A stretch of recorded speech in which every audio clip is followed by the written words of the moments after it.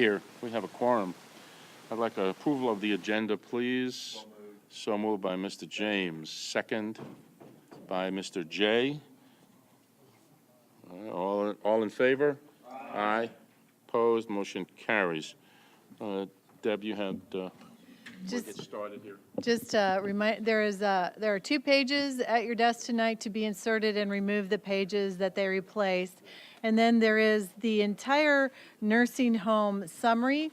And I apologize, somehow when this summary got printed last week and placed in your books, it has the 2014 financials and the 2013 budget document in text.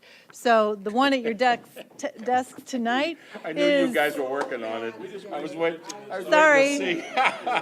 The one at your desks is the one that has I can see. has 2014 text and 2014 financials. So sorry about that. And then tonight we are starting with GIS, which was held over from Monday night. So that's in your book under the Monday night on page 48. That's page 48 of your Monday book. We'll get started on the GIS consortium. Numbers are the same. Numbers are It's the text that's completely wrong.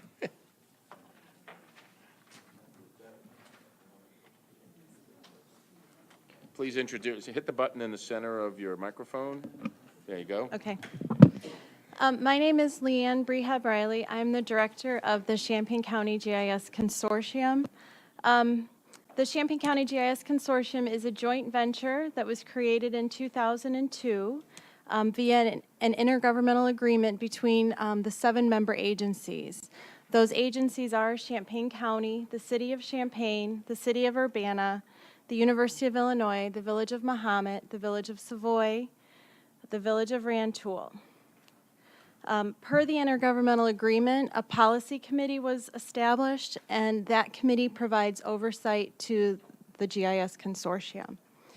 This budget is being presented to you tonight because in 2013, the consortium, the lead agency of the consortium, switched from the Regional Planning Commission to Champaign County.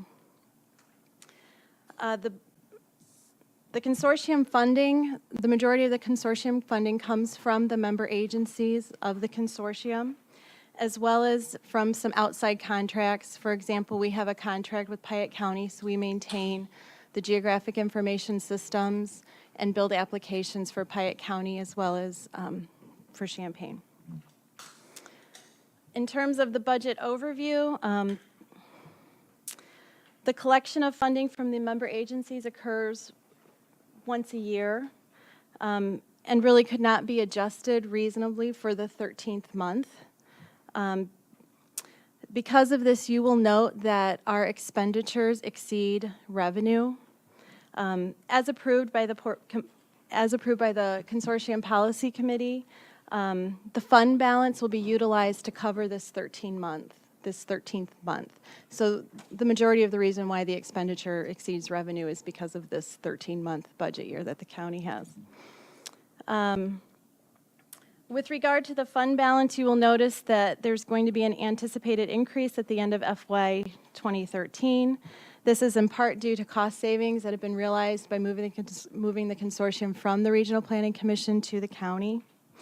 The drop in FY 2014 is a result of the fact that, again, it's a 13-month budget year in fiscal year 14, and also because there's a planned use of $25,000 of that fund balance for the acquisition of orthophotography or aerial photography. I would like to point out that the reported fiscal year-end fund balance will build itself up again in FY 15 and FY 16. This will occur, 1, because we'll be back to a 12-month budget, and 2, because an annual aerial photography assessment is collected from each of the member agencies, so then that will be reflected in future fund balances. The aerial photography is acquired once every 3 years, so in FY 2017, you will again see an anticipated decrease in the fund balance. And that's all I have, unless anybody has any questions. I was just a little bit confused about the way that the revenue was shown. I assume recording fees is essentially all of the income, both the dues from the, am I looking at the right thing? You're on the wrong budget. You need to go to page 48 under Monday. You're on the GIS fund, I think, which is Thank you, that's why tonight. this didn't make any Yes, sense. Monday. I said Monday book? You got Same both? Yeah, I have the Monday book. Something- Oh, the Monday First day. Page 48, Monday. It's my first meeting, sorry.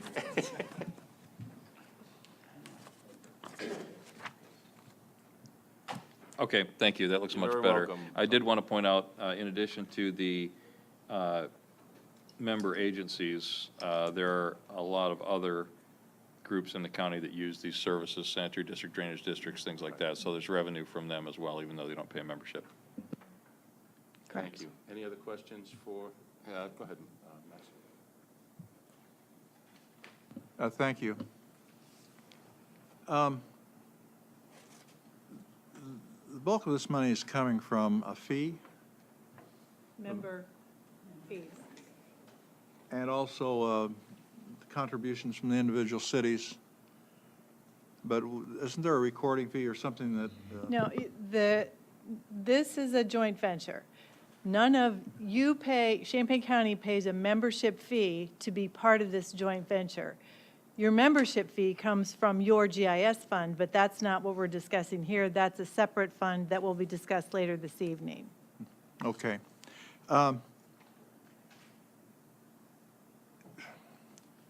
Piatt County's contribution, do we have the legal authority to do this with Piatt County? We enter into a contract with them annually, so with their county board. Did this county board approve that? No, it's approved by the GIS consortium. How can we be sure that none of Champaign County resources are being transferred to Piatt County in the process?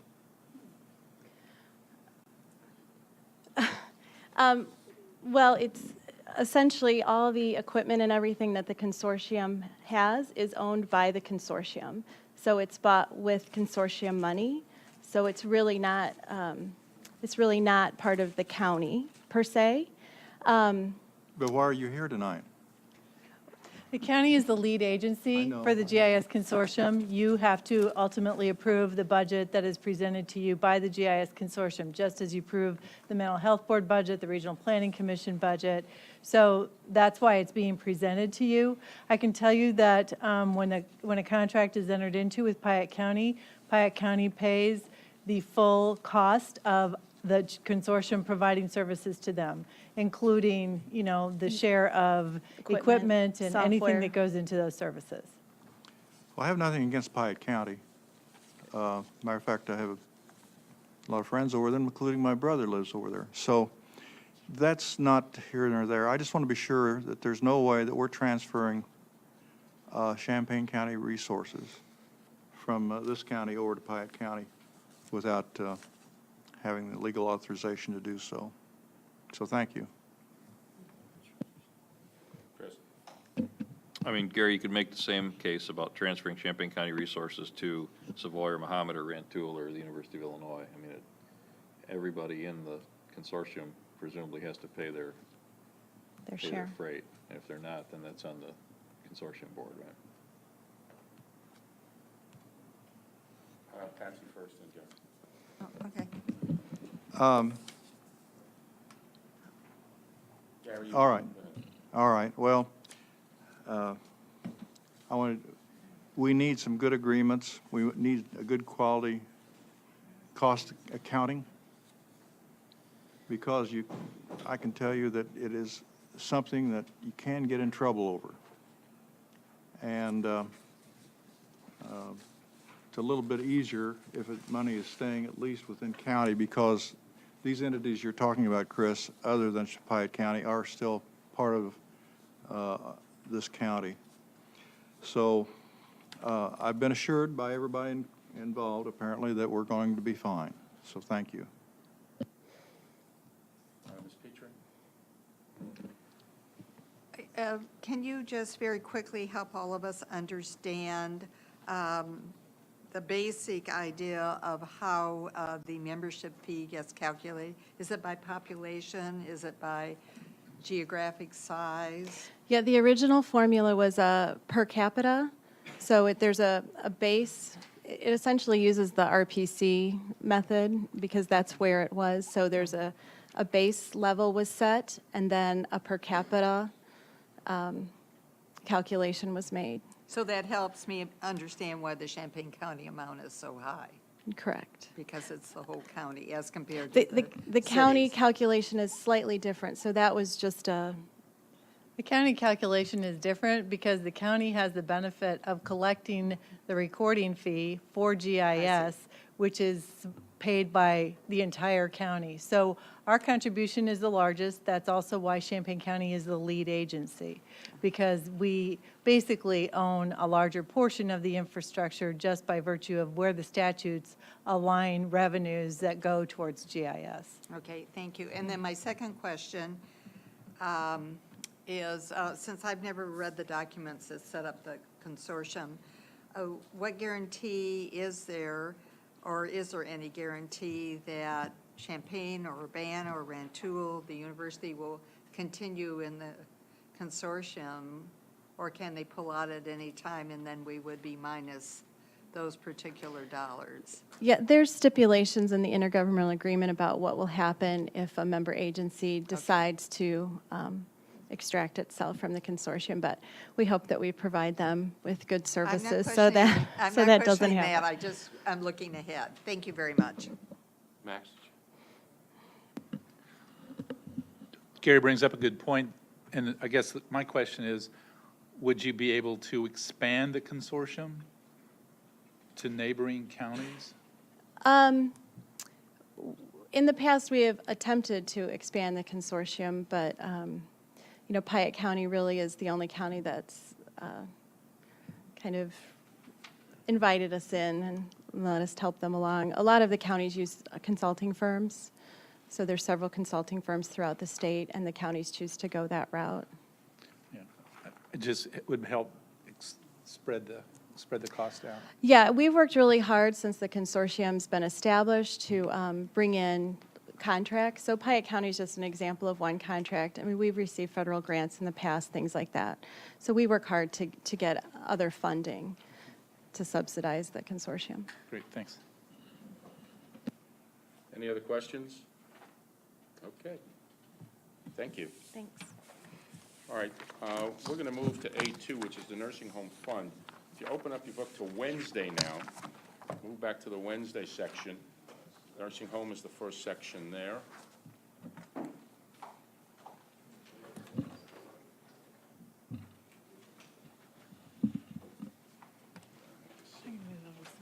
I have this. Let's see. Yeah, I know. I'm going to ask that this is a budget legislative hearing, okay? Any other issues are for another time, because I know we all have a number of issues with the nursing home. Mr. Gima and Mr. Manuel are here to discuss the 2014 budget, so let's keep on track. Thank you. Scott? Good evening, everyone. To my left is Kathy Emanuel, and she is the chairman of the operating board of directors. But I'll be handling the presentation on the budget. The revenue assumptions, as always, they're always census-driven. And year-to-date through July, our overall census is 186.7. For the budget, it's an anticipated census of 195. And compared to the 2013 budget, which I had an anticipated census of 199, I'm pulling back, but also anticipating an increase from our current census that we're seeing year-to-date. The occupancy rate would increase. I didn't hear, how many did you say you based the budget on? 195. So that would increase occupancy from 76.8% based on a census of 186.7. If we hit 195, it'll be 80.2%. So again, the increase in census that I anticipate to 195 is not driven by Medicare, but an increase in Medicaid and private pay census. So the other part of the calculation of the revenue is the rates. So with Medicaid, we're going to see an increase in our Medicare rate by $4.52 per day, and that is a transition to the new RUGS Medicaid reimbursement system. So our current Medicaid rate with the intergovernmental transfer agreement is $150.57. On January 1st, it will increase to $155.09. It is a phase-in period, so in 2014, the rate increase is actually 88% of the new rate, and then we will get the remaining 12% or the full rate implemented in 2015. So we'll get another buck, or a little bit less than that, come 2015. The private pay assumption is a 5% rate increase. In Medicare, we're actually going to see a 1.8% increase in our rates effective October 1st, 2013, which is the start of the federal fiscal year. Scott, before you go on, some of you have come in a little late, so I want you to understand that on your desk are two separate packets, one for the Nursing Home Fund, which is an updated and corrected packet, and the PowerPoint is also on your desk. So please make sure you're looking at the proper paperwork before you ask any questions. Thank you. Go ahead, Scott, please. All right, so this next chart has the historical census plus the year-to-date census and anticipated census, and that should be a correction. It's a 2014 budget. I have 2013 there. So you can see that on Medicare, we are currently averaging 17.7 residents per day. The budget assumes 17.0, so I consider that a conservative estimate of what our Medicare is going to be in 2014. You can see that private pay shows an increase from the current level of 64.9 to anticipated 70.3, and I can tell you our private pay census currently over the last 2 months has been above 70. Medicaid is anticipated in the budget to be a target of 107.7, and year-to-date, we're at about 104.1, and the actual Medicaid census currently is less than that. I don't remember off the top of my head, but the Medicaid census is actually lower currently. And again, just as an FYI, as of today, our census is up to 194. We have 13 on Medicare, and I think, like I told you last week, I think we're at 192 with 10 on Medicare, so it's a slight improvement. So, payer mix. So again, this is basically trying to show you how different the payer mix in the budget is compared to where we were historically. And you can see basically I'm not showing a significant change in the payer mix. If anything, the Medicare is showing a decrease to 8.7% in the budget versus 9.5% year-to-date. Medicaid is basically unchanged at roughly 55.5%, and private pay mix will increase slightly from 34.8% year-to-date to 36.1%. So when I'm looking at the payer mix, facetiously I'm looking at it saying it passes the smell test. You know, if I looked at the mix and I see Medicare at 20%, then I know I'm going in the wrong direction, and that is an unrealistic assumption. So with the payer mix that you see in the budget, it makes sense. Scott, can you just say, is that the number of days or dollar? It's when you do that percentages? payer mix is based on the number of days. Days.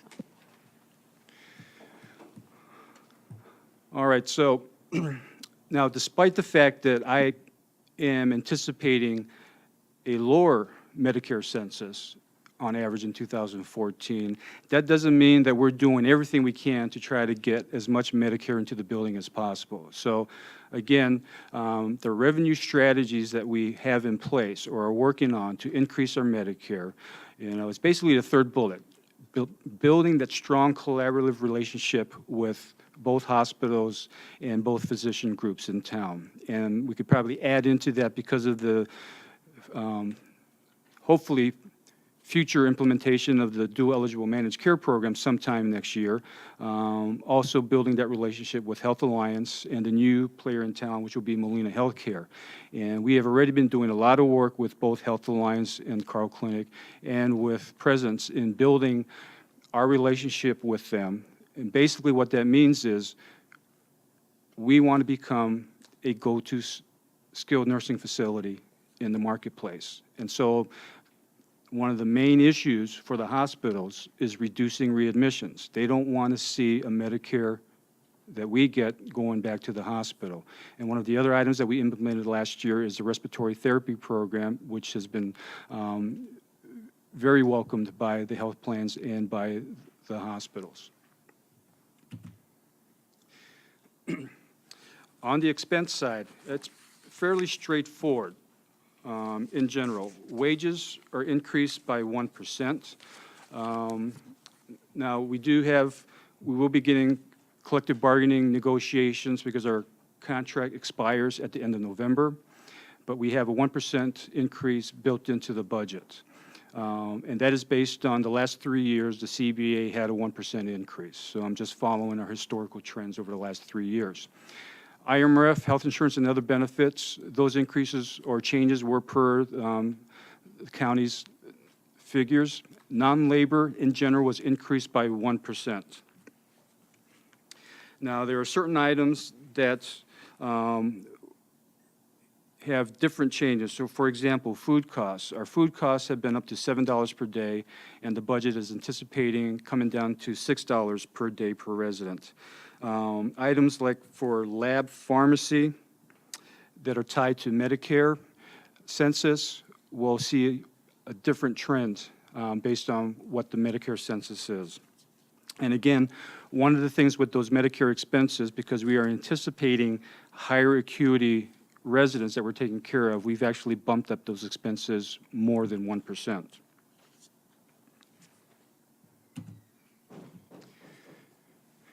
Agency costs, and I know we talked about this last week. So the projection for the entire fiscal year of 2013 is $543,705. The budget assumes agency costs will be $450,000 or the equivalent of $37,500 per month. And again, as I said last week, we are currently in June and July showing less than $20,000 per month. So the budget is a conservative estimate, and obviously hopeful we'll be where we are now, but again, there's never any guarantees. So this table summarizes the budget based on our accrual methodology, so it's a little bit different from what's in your packet. So again, you're going to see significant differences in the revenue and the expenses between 2013 and 2014. And the one primary reason is because it is a 13-month budget, and the 2013 projected is 12 months. But the bottom line is we've got an anticipated cash flow after adding back depreciation, including capital items totaling about $225,000 and the bond principal payment of $365,000, that we're basically at break even on a cash flow standpoint at about loss of $7,900 or $79,000, I'm sorry, for the year. So again,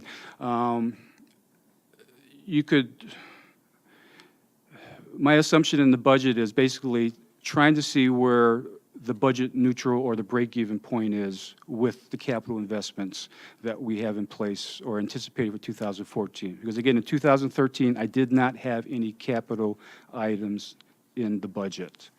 So now in terms of the capital items, which I forgot to put a slide on, there's 4 items. We have a lint remediation system that needs to be put into place for the laundry dryers.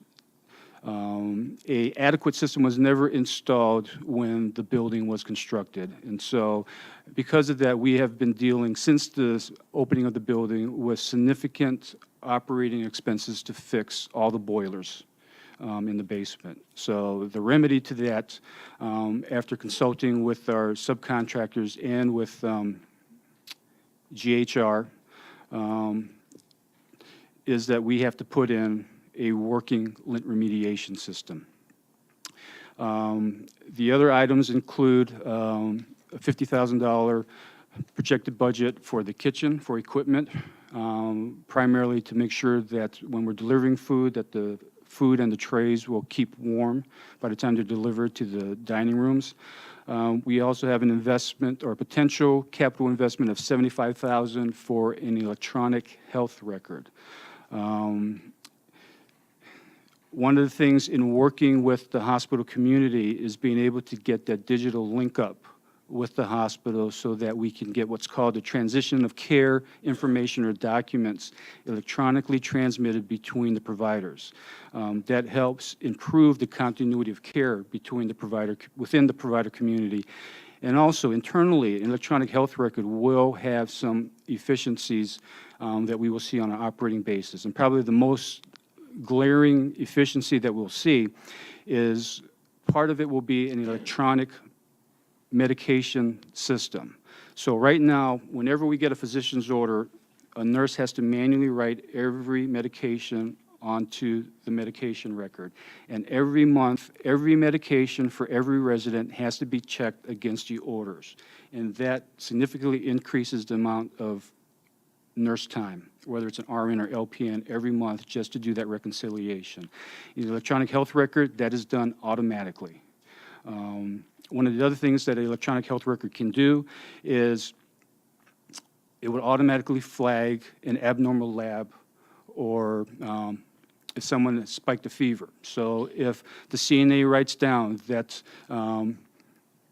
Ms. Emanuel had a fever of 101, and for some reason that doesn't get communicated to the nurse, the electronic health record can be set up so that if someone doesn't address that issue, it automatically goes up the priority list from the nurse to the supervisor and or to the DON to the administrator if necessary. So it really tries to catch things without falling between the cracks.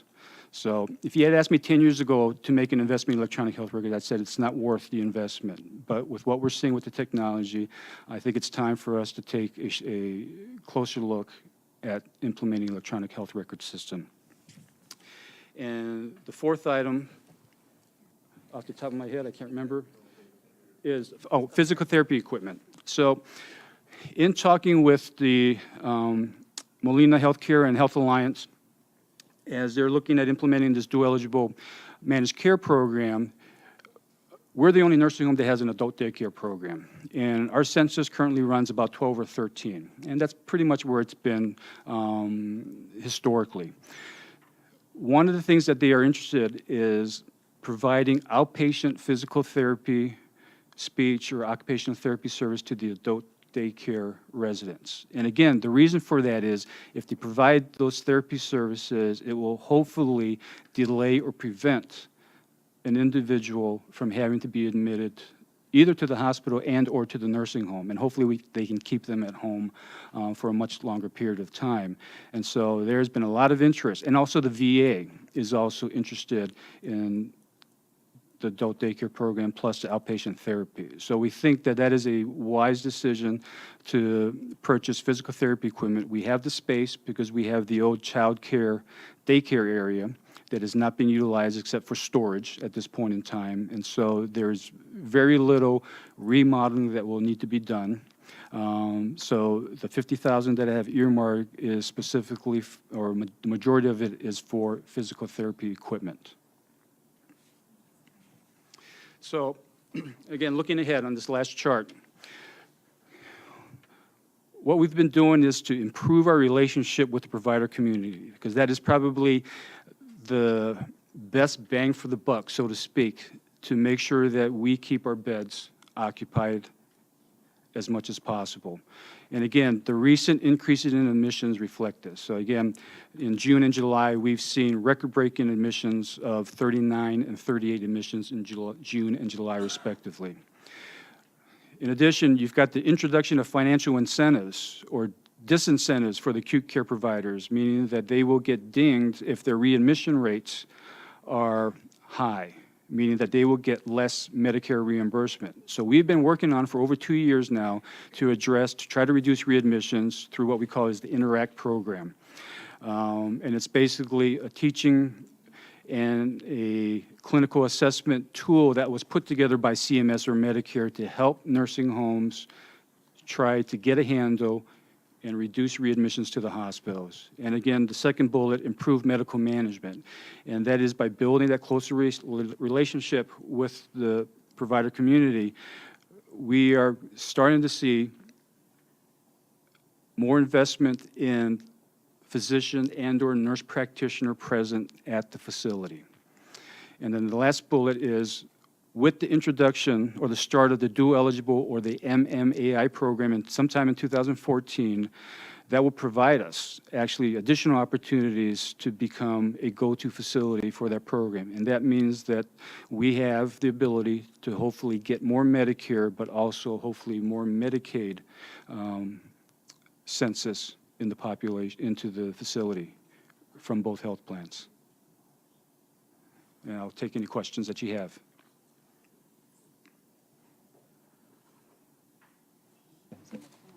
Yeah, let's just, we're not going to let you get away that easy. I guess a top-level question, I apologize for sort of talking to you, convincing during your presentation here, but we've been trying to sort this out. It looks like, I mean, if we look at this as a incremental budget compared to last year, it looks pretty likely. I mean, it's basically, if I'm doing my calculations right, backing out the extra month, it looks like about a 2% increase both in revenues and in expenses. Or actually, it's a 2% increase in revenues and essentially flat expenses from the 2013 original budget if we factor in the 13th month. But if we look at if we compare it against the 2013 projected budget, it looks like a 7% increase in expenses and a 7% increase in revenues and 7% increase in expenses. So, I mean, essentially, the premise of this budget is this year is an anomaly, and next year will be more like we thought this year was going to be than like this year actually is. I mean, is that a fair statement? Well, the one thing in this year's budget that I did differently compared to last year's budget is that the salaries are based on filling all our positions, based on full staffing. So last year's budget was based on 2012 actual. So whatever that number was. So, and again, because we always have turnover, and we've had a fair number of vacant positions. So in talking with Deb, I said, you know, should I be doing it based on full staffing? And she said, yeah, you should be. So I basically went to the department heads and said, okay, what's your wish list for staffing? And that's what I'm going to base the budget on. So that's the reason why the expenses are higher compared to what you're seeing in 2013. So well, I'm seeing revenues that are comparable to 2013 budget, not comparable to the 2013 projections. And the big reason there is because the downturn in the census that we had earlier this year. I mean, that's really put us behind based on our projection that we anticipated. Again, the budget for 2013, the census was 199 when putting that budget together. And clearly the revenues are far behind that because we were down, way down. As our expenses. Right, yeah. So the good thing is we've done a pretty good job of expense control on both, especially on the labor side. They've really done a good job. So I guess the question is, why do we think the census is going to be better? Why don't we think we're going to have the same thing happen this year as happened last year? This is one of these, past performances, no guarantee of future results. Well, again, the main reason is because of what we've been doing strategically to build our relationships with the provider community. So, and again, when we take a look at our recent activity and admissions, and again, not even recent, in 2013, we averaged 22 admissions a month, 22.4, and we are currently averaging 27 or 28.4. So even before those 2 months in June and July, we were at about 24 admissions a month. So we're definitely seeing an increase. Now, 2 a month does start adding up. Now, again, the other end of the equation is that we've been sending a lot of people home, but that's something that we really can't control because we're not picking and choosing the admissions. If we can take care of them, we're going to bring them in. Right. So as long as we keep the admission numbers up, and I think I'm not being overly optimistic that we can hit 195. And again, it's in discussions with, both Karen, our department managers, but also with our marketing person, Josh, in terms of what he's hearing, with the hospital discharge planners, with the discharge planners or with the case managers with Health Alliance. It's nothing but positive comments about what we're doing in taking care of our residents.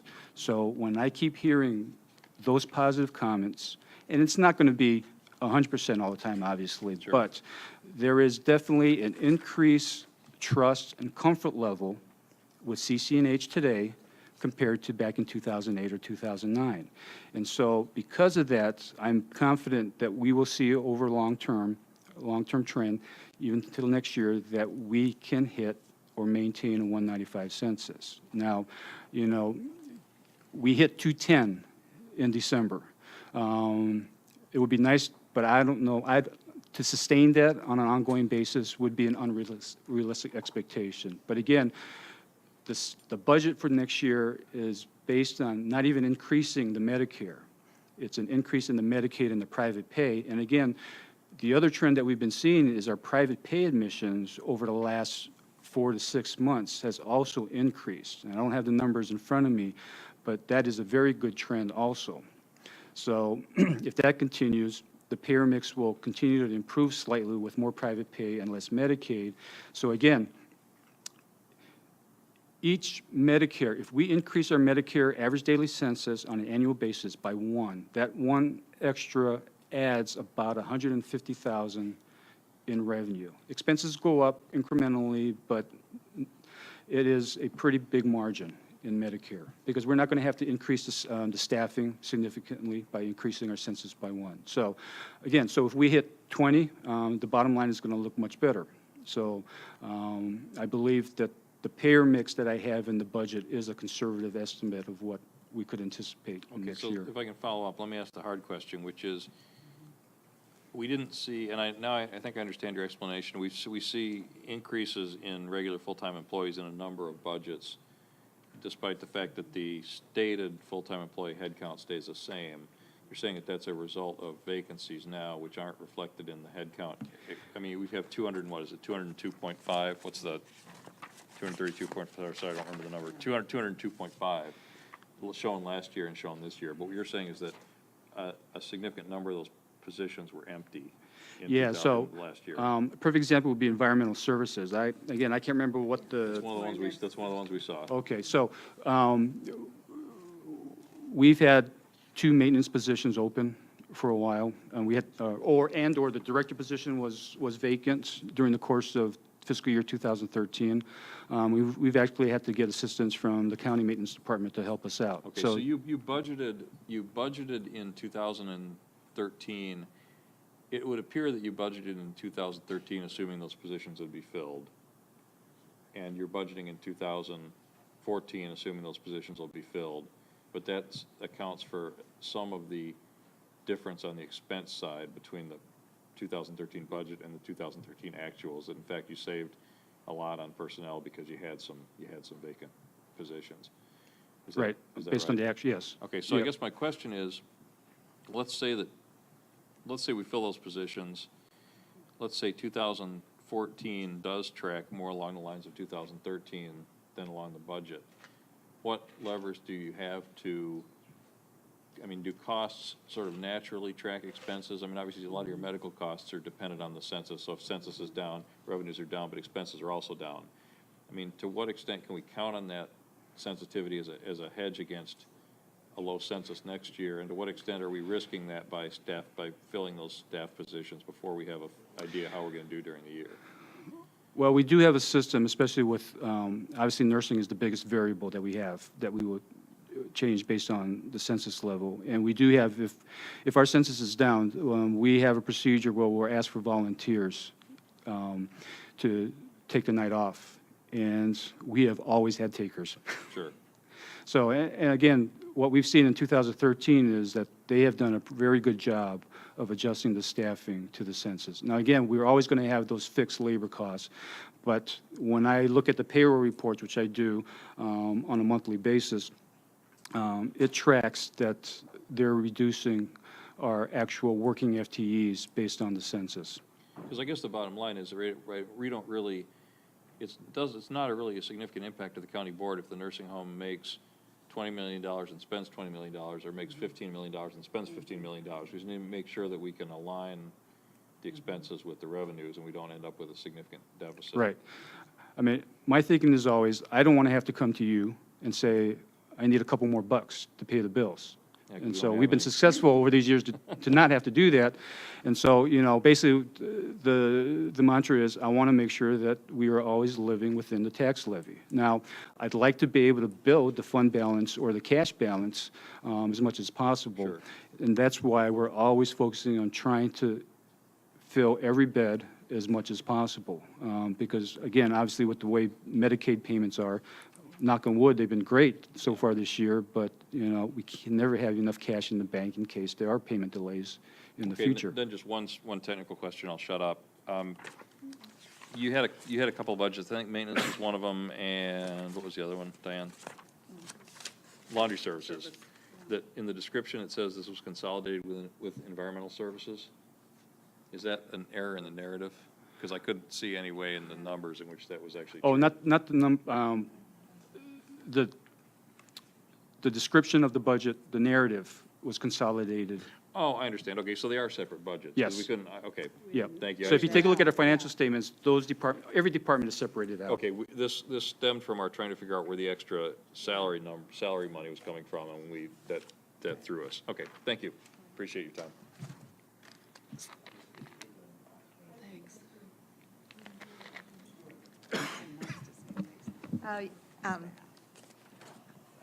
Do you have a budget book in front of you? Because Yes.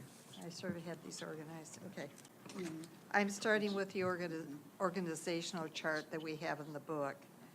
This chart that's presented to us is not a proper representation of the organizational structure for the nursing home, and I do want to see that corrected, because anybody in the public who looks at this will not get a true picture of how the nursing home is managed. And I want to go to page 4. Hang on, Patsy, so specifically, what do you see missing or? Well, it doesn't show the county board, it doesn't show the board of directors, it doesn't show MPA as the consulting firm, and then how these interlock with the administrator, and which of these people on the organizational chart really are part of the county, and which of these people on the organizational chart are really under MPA. And that's really very important in understanding the finances.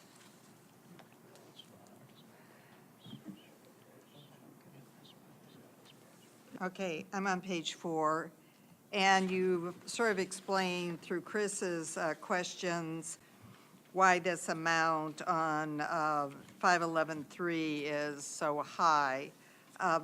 The number of unfilled positions at the nursing home, based on what I read on the website. Point of order. Yeah, use this instead.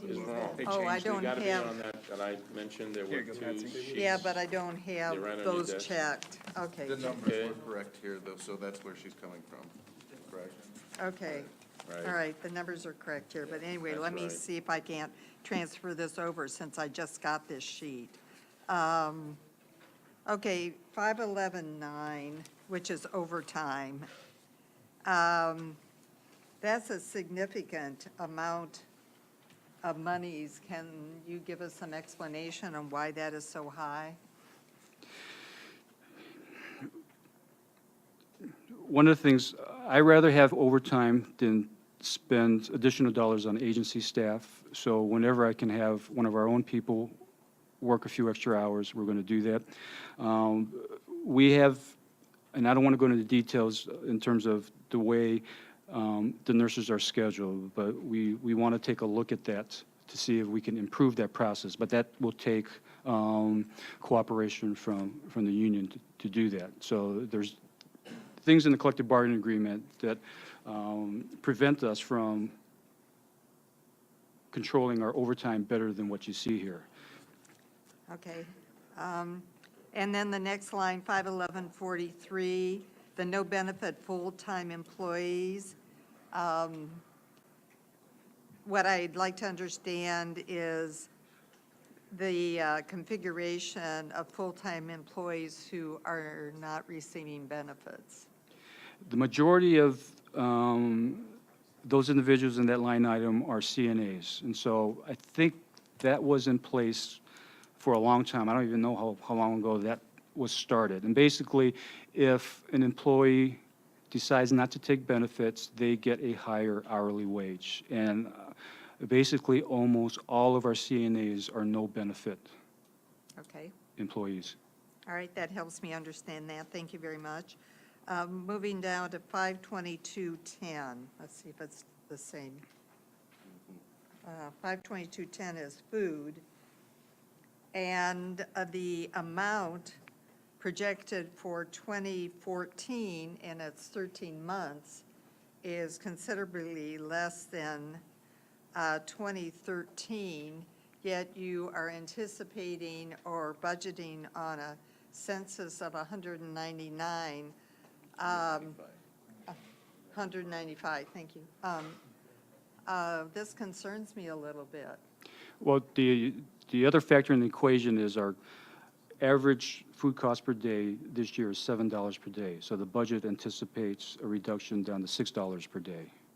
Again, $7 per day in the industry is a very high number. So $6 a day is more appropriate for the industry. So it anticipates a lower cost per patient day. Okay, well, I'm not going to take time to ask what that does to the quality of what gets fed. 52215 is gasoline and oil, and what is that covering? That's 21,000, Basically, the gas and oil for the vans. just for the vans alone. I believe so. I may be wrong on that, but I believe that's what it's for. Okay.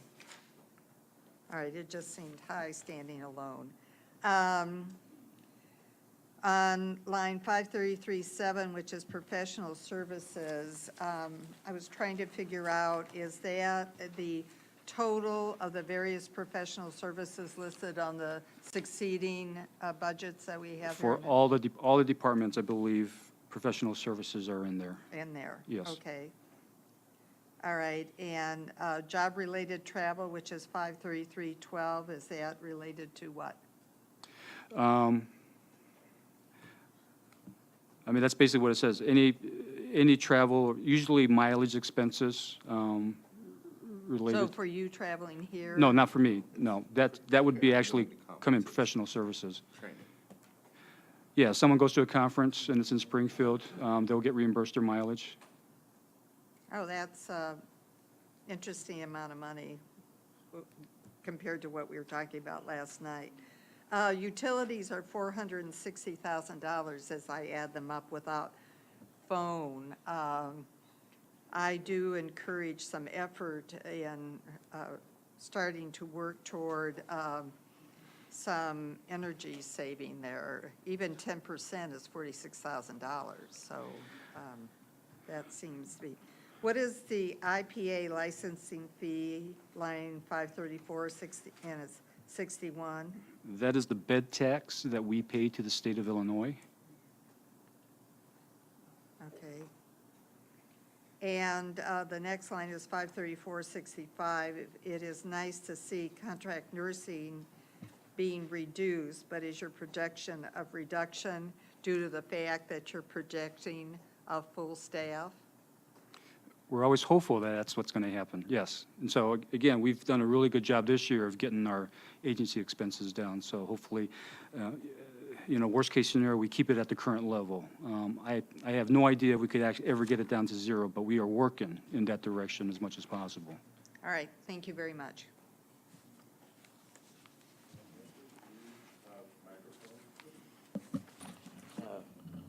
$571.80, the $548,000 to the general fund.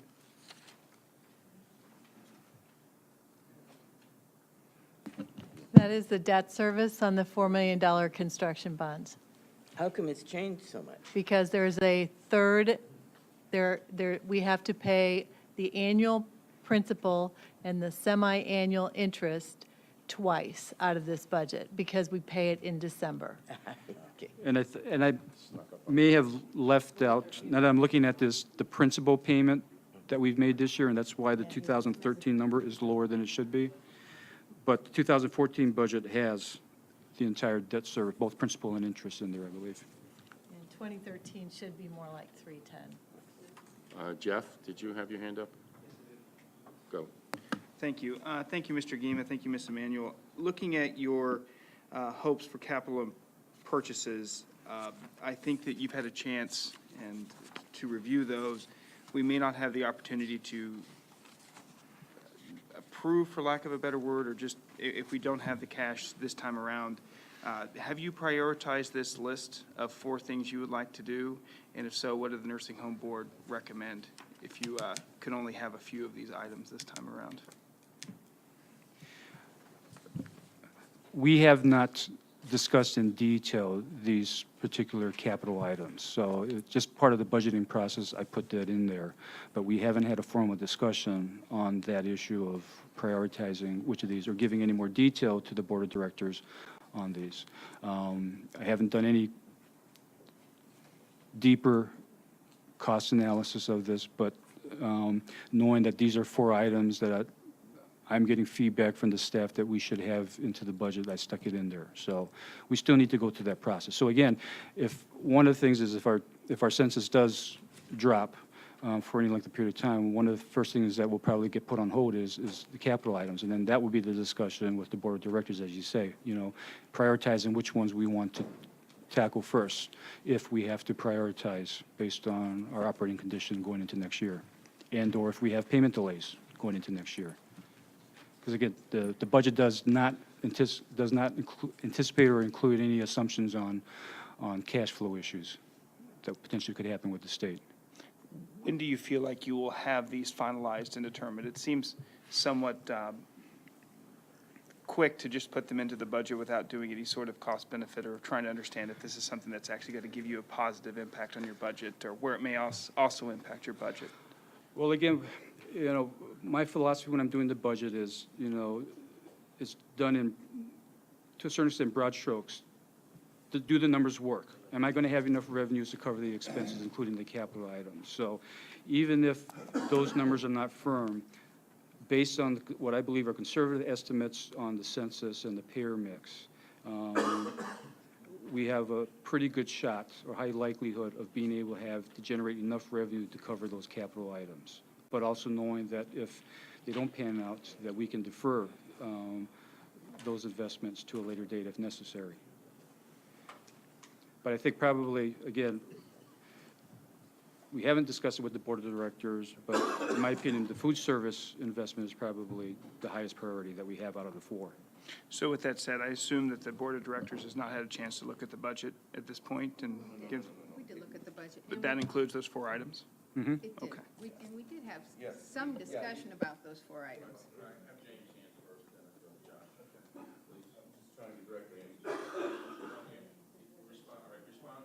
Yeah, Scott's kind of soft selling a little bit what happened with the board of directors. We directly looked at every line item in this budget, and we also looked at the potential capital expenses and looked at this budget with that figured in at the point that we would go ahead and have the money to go forward. Now, again, there are 4 items there, and they are prioritized. I think the dietary issue, everyone knows, is something we need to address, so that's probably going to happen no matter what.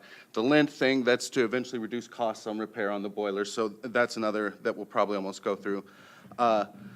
So there's 100,000, and then the other 2, that's 125, which if we run into problems in the year, if we cannot meet 195, which I think is a very meetable number, then we can knock 1 or 2 of those off, I think. I think the last one will probably be the investments in the adult daycare, because the electronic records not only help us with, the nurses being better trained and things, but it also helps reduce the number of times you have a mistake by having all that stuff filter through electronically rather than someone writing it down every month. So that's something that's a priority. And, I know that we addressed all of these and we did go through them all in the board meeting. Yes. All right, I'm sorry if this has already been answered, but it didn't come clear to me. 2014, we have 202.5 full-time employees. Is that actual employees or is that budgeted positions. That's full-time equivalents. So is that what we have hired now, or is that what we hope to have hired if we filled every possible position? I would have to check on that just to make sure. I believe it's Okay. what, if we had full staffing, but I need to double-check that just to make sure. I believe it is the staffing budget. It's the number of positions authorized for the nursing home to hire, but at any point in time, they are probably rarely all filled. Yeah, because I guess that I have key performance indicators on my brain, thanks to Mr. Kibler. And so I think maybe in this particular case, or maybe in some other cases, it'd be useful to have the some more actual staffing numbers to go along with this. Because with an organization like this, if that turnover is normal in the industry, you don't want to budget for full employment because you know you're going to be turning people over on a regular basis. So, and the other question I had was on the org chart, I'm looking at the food service area. I may have that on my mind for other reasons. It looks like a pretty tall tower in the food service area where you have a director and then you have an assistant director and then you have a supervisor and then you have a few cooks and then you have 25 full-time employees reporting in this picture to cooks. Is that structure really, that much of a tower, or is there more of a flattened hierarchy there of how that's being managed? It's probably flatter than that because the dietaries don't report or report to the cooks. Okay, all right, thank you. On page 23, talks about physical therapy. And I'm just looking, kind of glanced over the professional services, 533.7 is the line item there. 2013 budget, 527, but the 2014 at 13-month is 331, yet you're wanting to add more people to the nursing home. I really don't see that. To me, that would be a number that would go up. I would assume that would go up, and it's gone down by 196,000. The professional services is the cost to our therapy company. So the professional service that number is always directly related to our Medicare census. So the higher the Medicare census, the higher the number is going to be. So again, because I actually budgeted 17 instead of a current average of about 17.7, that's why you're seeing the number actually down. But then wouldn't you see it fairly flat then, at least the same? Scott, if I could ask, did you include renal dialysis services in this line? No. For 2013, for the 2013 budget, which is maybe why it's so high? No, renal dialysis was in administrative professional services, and that was taken out. I mean, I can double check that number, but when I did my spreadsheet, that line item is directly tied to the Medicare census. So I take our average therapy costs in the previous year, in 2013, and multiply it times the number of Medicare days. Even if you added one person, it still would be fairly flat.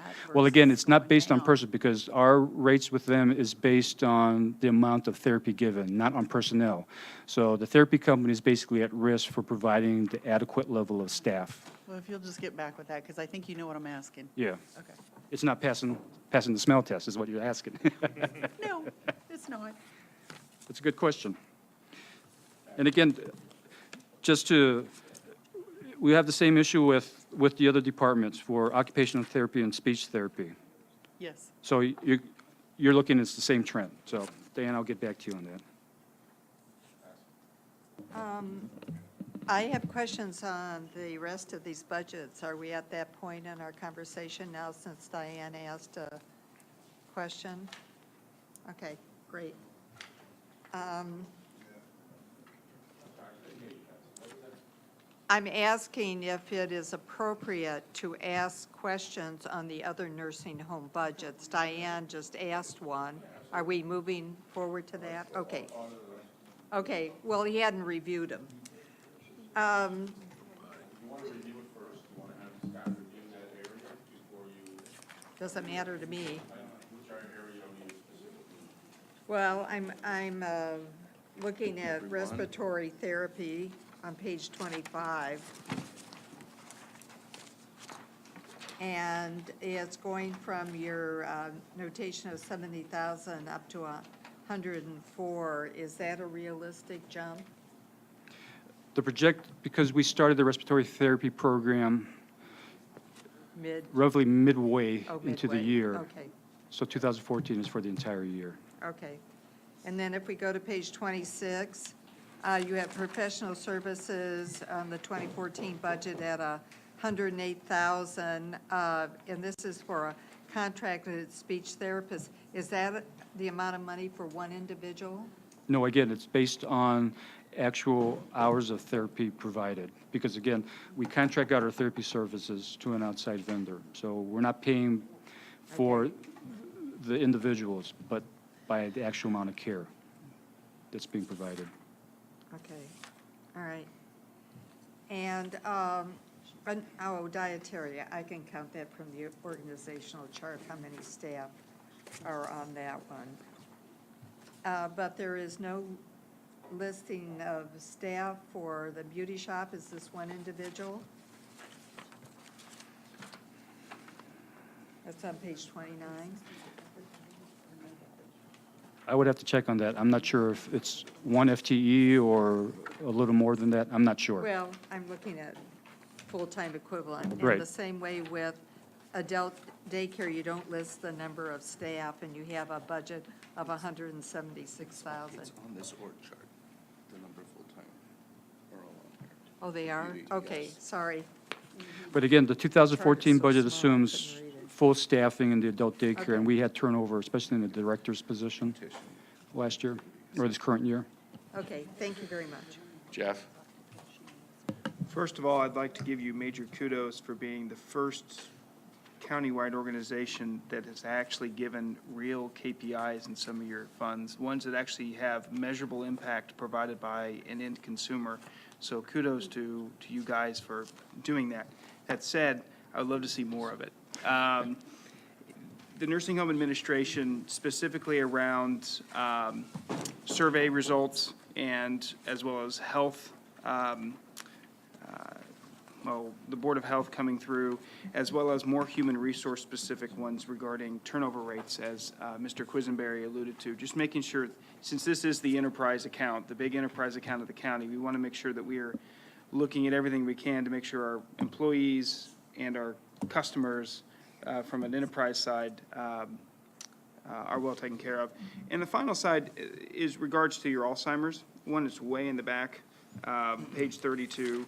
Just, they really didn't have much context besides just giving pure numbers as opposed to something like adult daycare, such as targeting, because Alzheimer's is a higher revenue generating potential for the nursing home, especially since we did a review a year or two ago about the cost per a bed in the Alzheimer's unit and whatnot. So looking at that as a potential area of growth within the nursing home would be interesting. So having more information on the Alzheimer's unit would be great.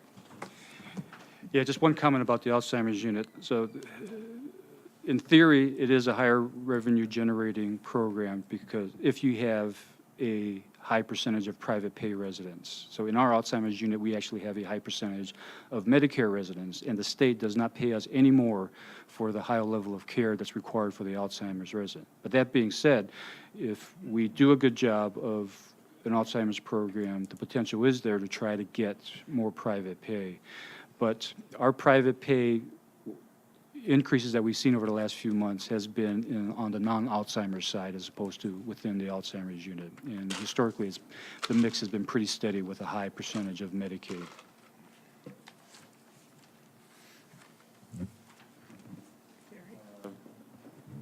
Gary? Scott, perhaps you misspoke a minute ago.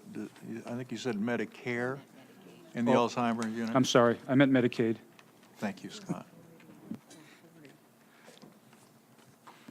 Any other questions? Diane? Sorry. I'm looking here on page 29, when we broke things out, one of them here that's broken out is the beauty shop. And I did see expenses in the, income in the front half, but then I only see expenses here. And I think the income was around 40-something thousand, whatever. And these expenses are around 80,000.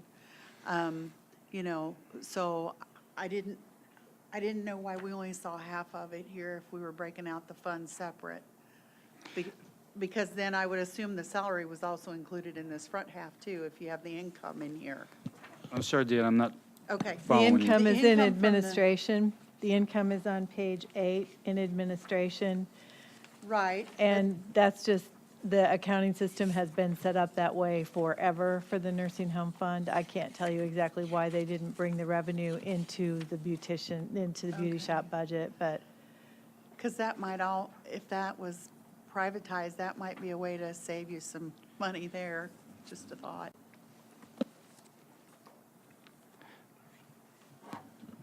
Any other questions, Josh? Just one comment on the beauty shop. That's kind of offered as a service to our nursing home folks, to our residents. It's not really necessarily meant to be a revenue generator. It's more meant to be a service to make people feel comfortable and feel like they're pretty even though they're still in the nursing home. So, you know, that's kind of the goal there.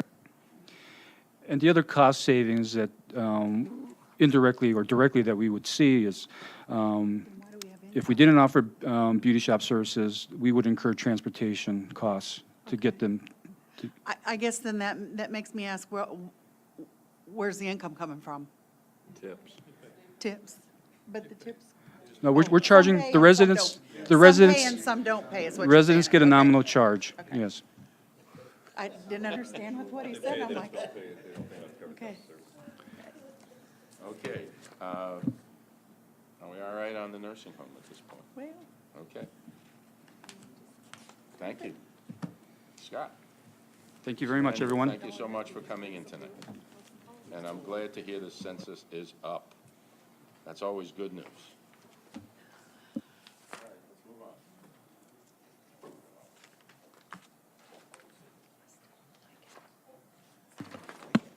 the public safety sales tax budget begins on page 33 of tonight's materials. This first document is a fund summary. There are 4 different department budgets within the public safety sales tax fund, but the review of everything that's going on is presented here in the fund summary. The sales tax revenue is budgeted at a 2% increase over current projected fiscal 2013 revenues. And fiscal 2013 revenues are coming in quite strongly at 2% ahead of fiscal 2012 actual, so that seems to be a safe projection. There is $121,183 budgeted for the court's technology system. This primarily is software maintenance for the New World system, which supports the sheriff's office. There is $128,142 budgeted to go to the Capital Asset Replacement Fund, which provides for the technology needs of several of the criminal justice system offices, basically the state's attorney, the sheriff, probation court services. $230,613 is budgeted as the 5% for delinquency prevention grant funding. $891,000 is budgeted for transfer to general corporate to offset utilities costs for the public safety buildings. And $6.2 million is budgeted for debt service, which means this budget is a deficit budget. Again, all the debt service budgets are going to be deficit in fiscal 2014 because we will be making 2 annual principal payments on the debt that is serviced by the Public Safety Sales Tax Fund and 3 semi-annual interest payments, which is in addition, those additional payments in December of 2014 create additional cost of $2.8 million. However, the way revenues are reserved for those payments, we are still in complete compliance with the bond ordinances because we do this every year. We make these payments every December. It's just that they're going to show up in one budget because of the 13 months.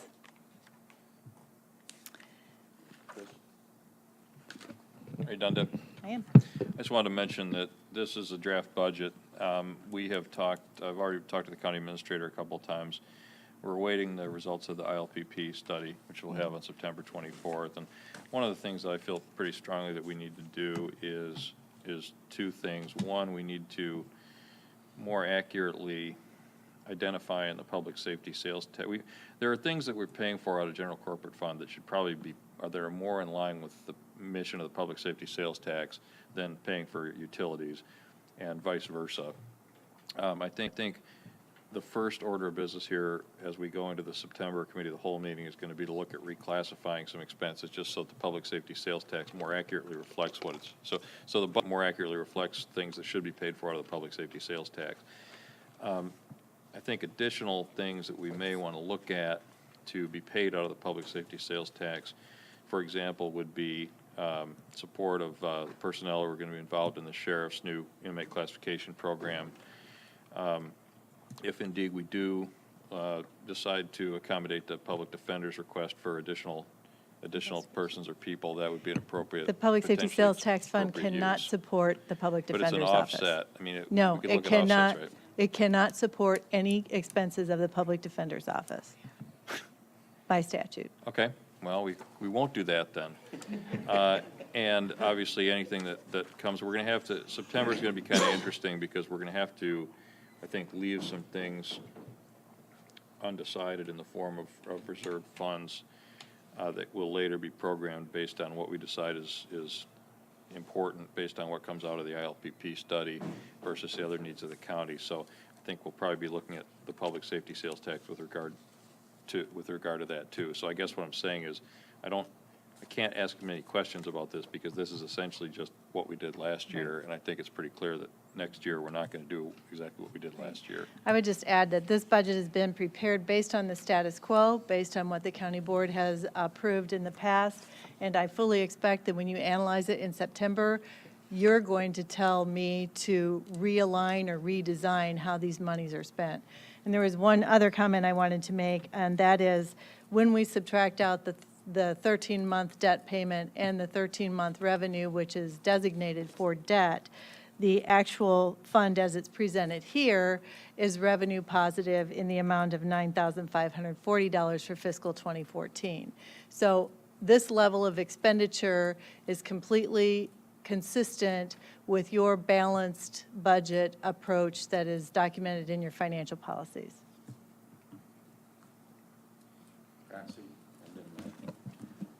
I appreciate very much Mr. Alex pointing out that there are some payments out of this fund that may not be appropriate. I went back and read the two resolutions on the public safety sales tax, and nowhere in those resolutions does it mention paying for utilities. And the amount of money listed here is $891,000.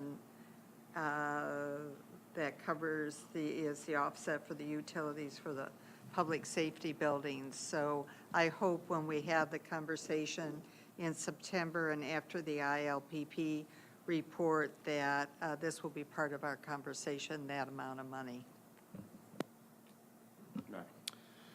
Chris touched on this some, but so are we to understand that the reason this is a status quo budget is because it's being set up for the discussion to be next month on this? I guess my follow-up would be to the chair, but really to the justice chair. We have intercommittee memos from a number of committees and departments from highway. We don't have anything for any change order from justice. I was wondering if the justice chair could speak to her thoughts on how she would like to see this budget shaped. Microphone, please. Well, we did give a report that said how we wanted the money spent. But we were supposed to be coordinated with Cal. And unfortunately, I hope we're not going to be making such definite decisions in September that because Cal doesn't come till a week after our board meeting.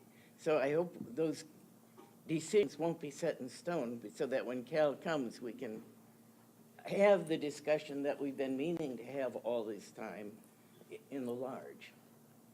Did you also have, You had your hand up for another question. Did you, No, that's okay. besides that? Is that okay? Yeah. All right, Chris, and then James.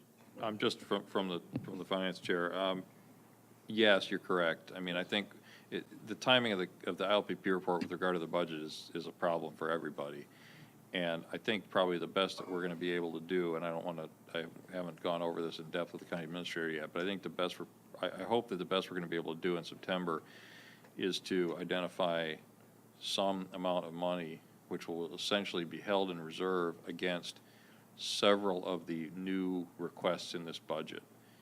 And one way to address that would be to essentially park it in the contingency line with the assumption that in October or thereafter, we can take up whether to allocate it to new, which of the new requests to fund, which could include requests that are brought in by ILPP. Because obviously we didn't pay $200,000 for a study to 120. ignore it. 120. $120,000 for a study, and the sheriff did his own for 24. I mean, there's been a lot of money spent, and the Community Justice Task Force, and I mean, we spent a lot of money on these issues, and I don't think we did that to not pay attention. And with regard to the comment about the utilities, I mean, this has sort of been a thorn on everybody's side. The reason the utilities have historically been paid for out of this tax, in fact, the reason the county board, changed their definition of what this tax was for, whenever that was done, was because the county didn't have any other money to pay to keep the lights on in the justice facilities. So I don't think we're going to be able to get $891,000 of public safety sales tax money reprogrammed in 1 year.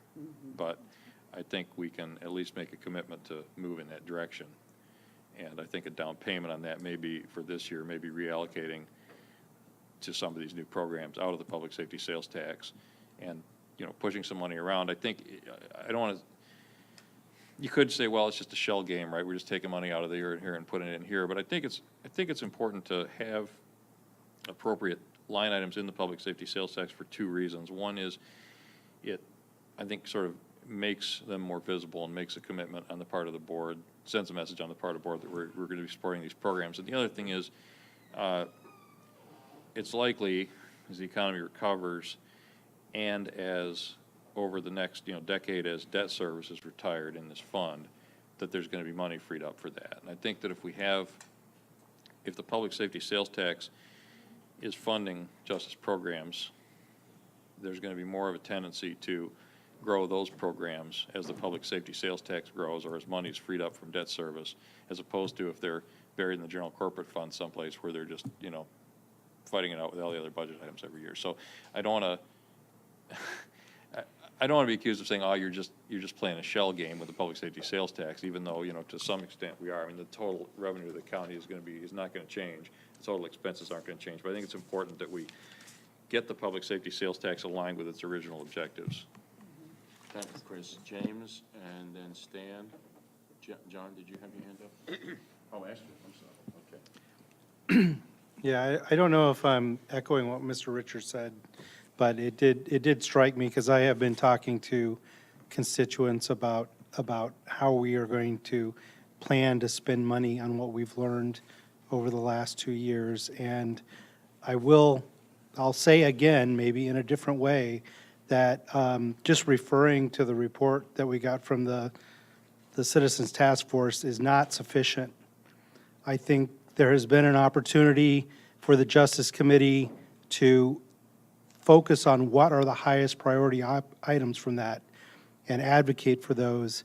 And I would hope that as we go forward, that can happen even before we get the thing from ILPP. Because you might think that that's wasted time because we don't have ILPP yet, but I think it'll probably be good time spent, because I think the odds are there's going to be strong alignment there, and that reinforcement when ILPP arrives will give us even more confidence that we're doing the right thing. The folks that I'm talking to about where we're going with this are concerned because they don't see a strong advocate on this board at this point for what the task force brought forward. And I can't think of a stronger advocate than the person who chaired it and the person who's chair of the Justice Committee. Stan, then Well, I guess I would just say that when I look at numbers, to me, all of it coming into the county, and I know they're separate budgets, but we have so many needs and so many wants that we really should always stay focused on the things that are affecting everybody, our buildings, the services we render, and what have you.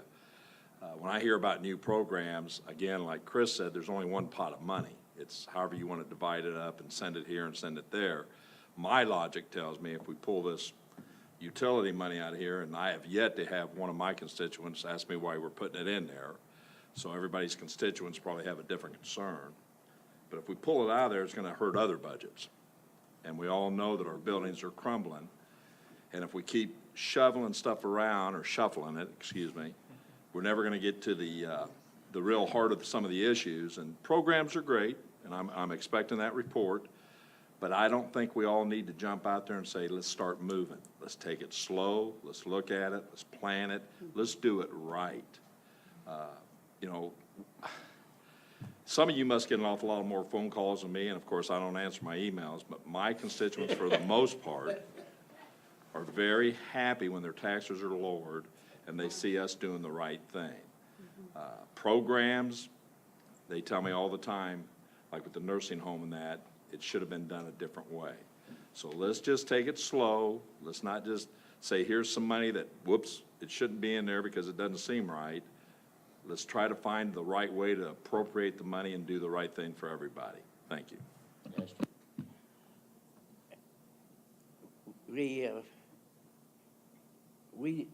All the department heads have come to us. Every single one of them has raised their budget. And Justice doesn't have a budget. We're that dreadful thing, new programs. And nobody wants to hear about new programs. We need to have a budget for new programs in Justice. We're way behind, and I think we need to catch up. All right, if you think I should prioritize them instead of Cal, fine. We can work on that in the September 4th budget. But the main thing, we've got to set some money aside in the September budget, because Cal's not going to be here for another week, and you don't want to spend all this money and then tell them, hey, we're spent out, Cal. No.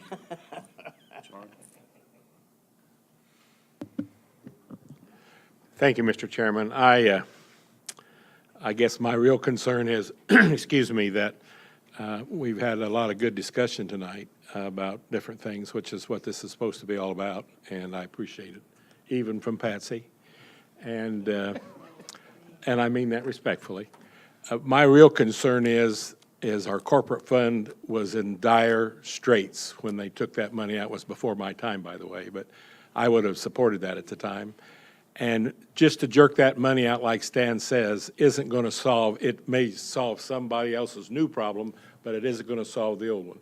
So I think we need to do what Chris and Quiz and Stan and others have suggested tonight, is give this some serious thought, because the pie's only so big, and I always like to have the biggest piece.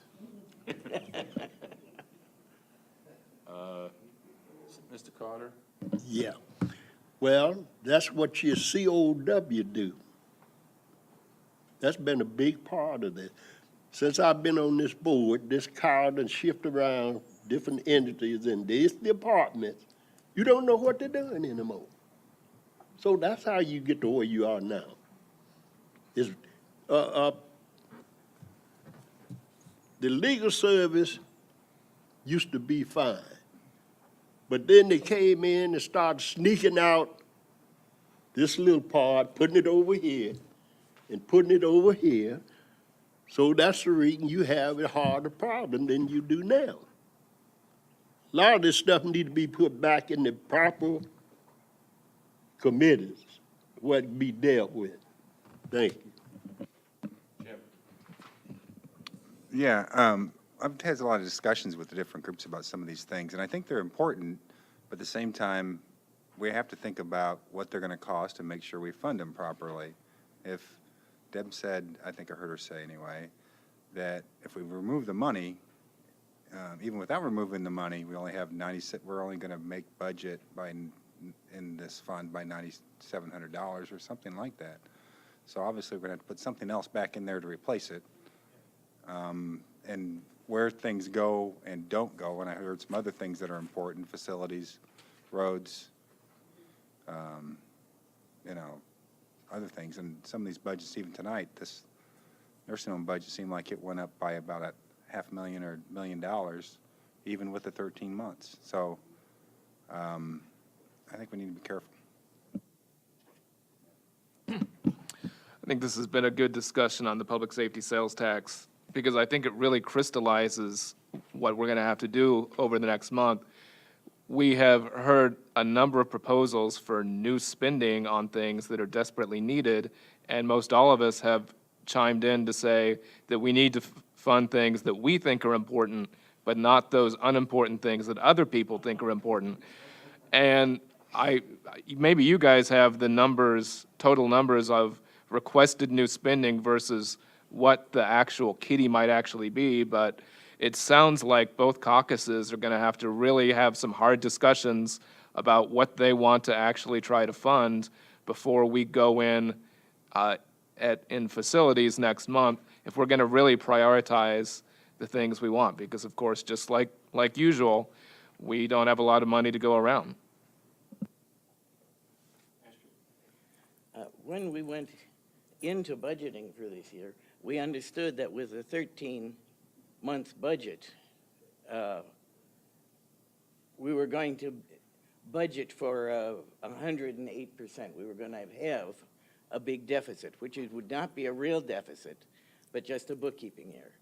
But now we're saying on the sales tax fund, we can make that one operate without a deficit, so which means we can essentially switch the money that should be there to some other fund so it can go deeper into deficit. I think the public sales tax fund should go its own 8% into deficit. If I could, the only thing about that is there is 13 months of revenue and 13 months of expenditure because the sales tax money comes in every month. So I think that might be a little dangerous. Okay. I guess I don't want to belabor the discussion other than to say that I think everybody who has spoken on this issue I agree with. And I guess to the extent that I have control of this process, I can promise everybody that no one is going to get everything that they want. And if we can make everybody, if I can get everybody mad at me and make everybody a little bit happy, I will consider this budget process a qualified success. It's obvious there are challenges, and we're going to do the best we can to compromise and try and put the priorities where they belong and work to the best we can for the community and keep the services, supposedly, those services that are essential, running. And so we have to take a hard look, and I think there's obviously an opportunity from both sides of the aisle to get together and compromise on priorities and work together to a conclusion that will be satisfactory, hopefully satisfactory to all of us. Do we have any more questions on this issue? Okay, let's move on. The next budget is the GIS fund, which begins on page 41. The GIS fund is specifically funded through the GIS fee, which is assessed on documents filed and recorded in Champaign County and collected by the county recorder. Basically, the fee is set at $10. $9 goes into the GIS fund and $1 goes to the state. The recording fees revenue projection for fiscal 2013 is conservative. It's at $275,000, just a little ahead for 13 months of what the current projected revenue is for fiscal year 13. The expenditures include the county's membership fee to the GIS Consortium, which is $255,790. $14,375, which is the annual contribution of the county towards aerial photography. We make that contribution every year, and in the third year, we actually purchase the aerial photography, as you heard earlier this evening. And $7,500 to pay for mapware mapping software licensing for the county clerk and supervisor of assessments, who both in their day-to-day operations use the maps that are provided through GIS. Any questions? Patsy? This is purely an information question. Where are the aerial maps kept and all of the data kept? Here in this building? They're Or- electronic. I And know, the GIS has a website. and they all can be accessed through that? Well, you, maybe not all, because there are some aspects of the map that aren't necessarily always public, but like where water lines are and things like that, but, Oh, okay, I got Okay. that Gas one. lines and Yeah, things of that got sort. it. Thank you. Gary? Well, this expanding a little bit on what I was talking about earlier about GIS. The fee that we're assessing for recording is generating about $275,000 a year.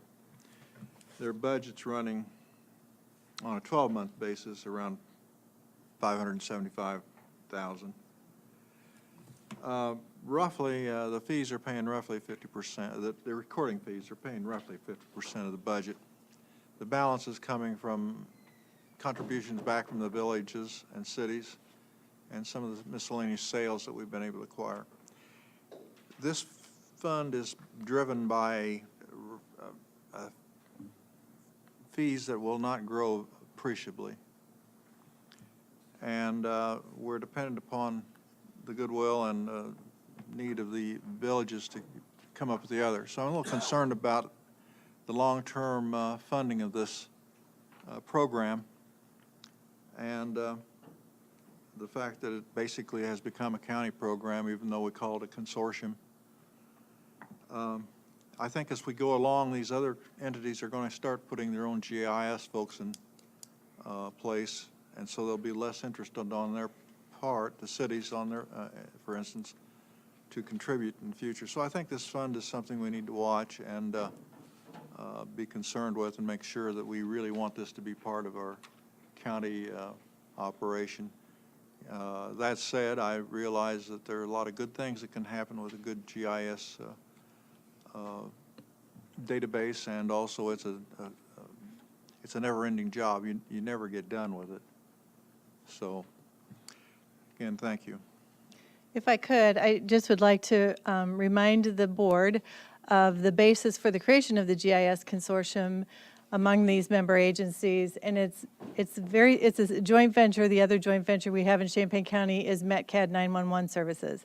And effectively, I think all of the agencies, all the boards and councils at the time agreed that it would be more cost-effective for each of them to share the infrastructure of GIS rather than each entity having to create its own infrastructure for the GIS relevant to their particular jurisdiction. And as far as I can see, there is a firm commitment of all of the member agencies that this is a benefit and that they value the benefit, and it would be difficult for them if they had to create this within their individual entities for themselves. Chris? I mean, I guess I would agree with what Deb said. I mean, when I was on the Urbana City Council and when I was on the Sanitary District Board, we, looked at this as a line item in our budget every year, and somebody would invariably ask, why are we paying the county for this? And you take a step back and look at what it would cost to actually do it in-house. It was a significant portion of what the county was paying and not divided, endways among member agencies. The other thing to remember is that this is in this county, we have a lot of privately owned utilities. I mean, there's a lot of pipes under the ground that aren't owned by the municipalities. And one of the most valuable aspects of the GIS to the member governments is that it does, try to capture facilities that are owned, no matter who they're owned by. And so, I mean, I can speak based on my experience with the Sanitary District, this is a tremendous asset. And I'm trying to imagine what we would have gained by having a GIS system in-house, because we could essentially, using the software provided by the consortium, get access to everything that was part of the GIS database, which showed all the other, all the Champaign facilities, Urbana facilities, and so forth. So I think this is it seems to me to be a tremendous example of saving money by pooling resources. And I mean, I think Mr. Maxwell has reason to suspect that there are municipalities out there that are interested in sort of going their own way. I would certainly say talk to we need to make that aware, or make that information available to the GIS Consortium Board, because, the organizations the municipalities I've been involved with that use it, sort of sing its praises. Gary, do you have any reason to believe, I mean, you seem to be do you have any reason to believe that some of the, PI had just joined, and... No, they haven't joined. I'm sorry. They contract. They contracted. Do you have any information that you want to share with us? No, I'm more concerned about growing the size of county government. And sometimes we get into areas that we don't really, when we start on down this road, it looks great. But eventually we end up with a significant payroll. And it's just another program that we'll eventually end up having to try to how to fund. And that's my main concern, that we've acquired this program, and the fact that RPC didn't want to do it anymore makes me a little suspicious. But that said, I realize that we have maybe within our IT department and that sort of thing a better place for it than RPC had at the time. I guess my main concern is just the growth of county government in general. Okay, any other questions on this fund? All right, let's move forward. The next fund on page 42 is the Capital Asset Replacement Fund. This fund, as most of you are aware, was established in 2002 so that the county, for the general corporate fund departments, could amortize the cost and create a 5-year plan for the replacement of technology vehicles and furnishings and office equipment that need to be replaced for those departments to avoid spikes in budgets when those items needed to be replaced. As you are additionally, in 2006, the board added funding for capital improvements to the Capital Asset Replacement Fund as well. In the early years, from 2002 to 2007, we basically fully funded the amortized schedule for all the equipment covered by the Capital Asset Replacement Fund each year, which means we were funding, a pro rata share of each item that would be replaced in the future. Since 2008, we really have not been able to fund future replacement of items much at all. So if you look on the chart at the graph on page 42, you see in 2007 we had a fund balance of over $1 million in expenditures annually, at far less for the actual purchases of items that needed to be replaced each year. That fund balance has basically been dwindling ever since then, since we haven't been funding future reserve, with the exception of fiscal year 2010, when we deposited the entire rent payment from ILEAS for that year into the capital fund, partially because we needed to do a roof replacement with part of those funds for the ILEAS facility. But you can see that since 2010, the fund balance has continued to drop, which means each year the general corporate fund and public safety sales tax fund, which are the primary sources of revenue for the capital asset replacement fund, to pay for those technology items and various vehicles and other equipment needs that are capitalized for the general corporate departments, that amount is going to increase every year. And fiscal 2014 is a prime example.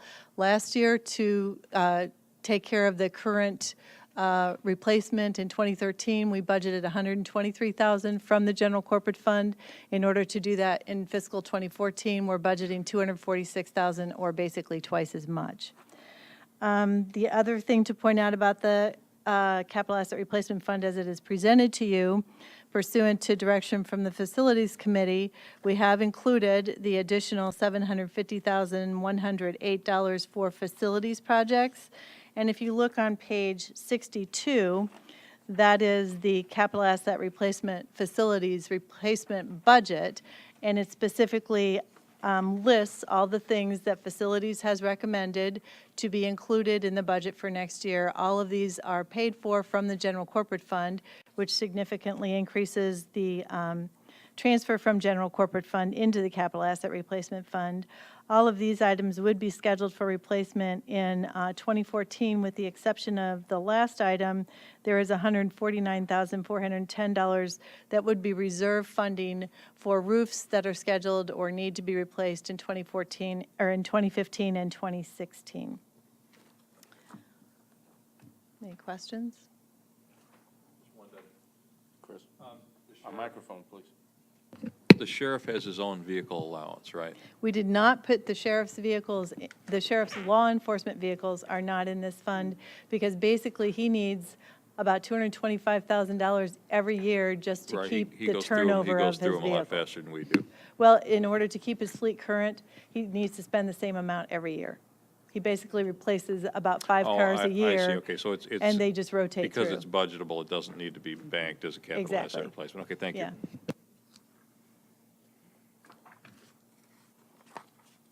Okay.